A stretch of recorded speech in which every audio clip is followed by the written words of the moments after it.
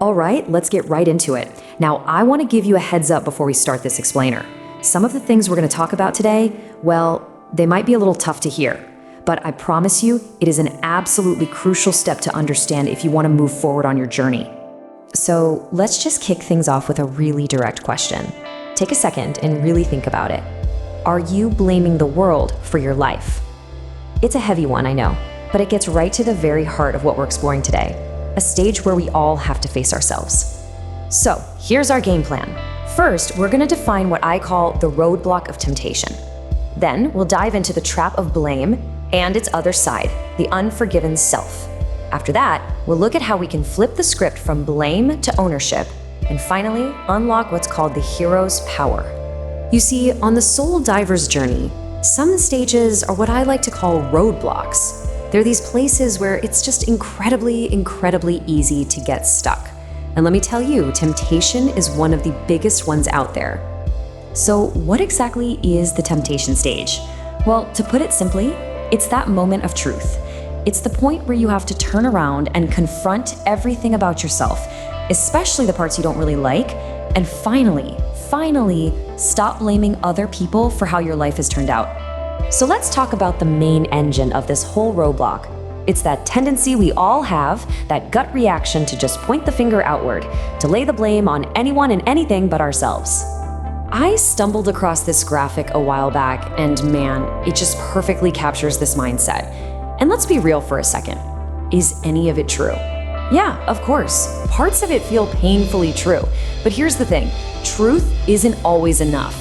A statement like this, it's completely disempowering because all it does is point out the problem over and over without giving you any way to move forward.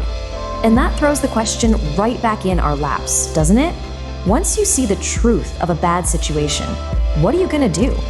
Are you just gonna let past events or other people have total control over the rest of your life? Are you really going to let one awful hour, or heck, even 20 awful years, dictate the next 70? So it all comes down to this. This is the moment. This is where you have to stop laying blame and start taking responsibility. And I don't mean blaming yourself for past actions. I mean owning them.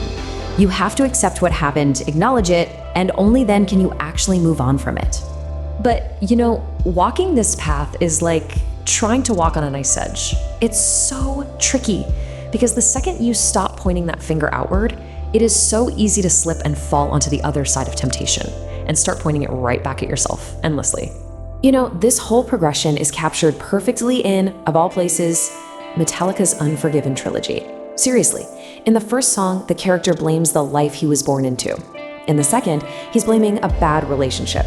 And by the third and final song, he's turned all that blame completely inward on himself, asking, how can I blame you when it's me I can't forgive? It's such a powerful and dangerous trap. And this brings up a really important distinction we have to make. Taking ownership is not the same thing as forgiveness. Not at all. Ownership is required to move on. It's about accepting what happened and focusing on what you're going to do next. Forgiveness, that's a completely separate deal. It's for your benefit, sure, but it is totally optional. You do not have to forgive to take responsibility and move on with your life. Okay, so if we can't blame them and we can't get stuck blaming ourselves, then what in the world are we supposed to do? Well, this is where a really simple but incredibly powerful twist in perspective can literally change everything. Let's circle back to that disempowering graphic from before. Remember, as it stands, it's all about they. It puts all the power and all the blame completely outside of ourselves.